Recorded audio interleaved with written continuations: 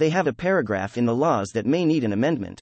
It has to deal with the average production cost per barrel of oil. It's used to be $8, but now it's $21. When they change the value of the currency, it's going to need to be adjusted according for a fair valuation. For how much money is it going to cost to get it out of the ground? That's going to be relevant to what's the dinar worth, because we're not going to be using the dollar, we're going to be using the dinar. I am not worried about a float. None of my bankers are worried about a float. I was told that because of the oil for dinar program, the redeeming banks or redemption centers, that this will be our best price. All my bankers agree. If you held your dinars for 1 year and you have the receipt to prove that, the date, then more than likely you'll be somewhere in the 20% range of taxes.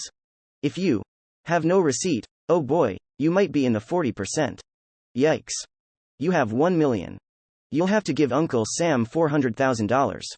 I'd rather give him $200,000 because I have a receipt where I've held my dinars for at least 1 year. For those of you that just bought your dinars last month, you may have to consider to hold on to them for another 11 more months for tax purposes. In January, we'll be using the dinar only. 1st of January is going to be a big step. A big change. Wait for the 1st of January, that's when things are going to start happening. You might see the deleting of the zeros or the new currency in January. Somewhere or somehow or someone it's going to be 1-to-1. Iraq cuts oil production by 223,000 barrels per day voluntarily. Iraq is over 90% dependent on oil revenue and oil prices. Therefore, when OPEC speaks, we listen, and we listen very carefully, almost as carefully as when the CBI makes an announcement. Iraq's elections days are 18th and 19th. Rumor has it they will release the new exchange rate post-election. We shall see if that's true or not in the coming days. There's a new article out that many people are translating and confusing.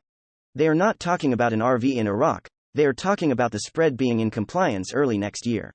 Just a reminder, the spread is the difference between the official rate and the market rate or street rate, and has been way out of whack recently in Iraq. This article simply means they expect the spread to come down closer to the official rate early next year. There is no RV.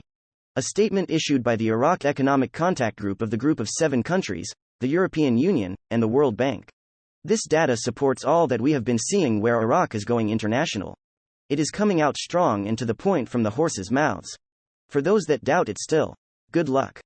There is hidden information being revealed in this week's bank story, phone calls. They're running out of time.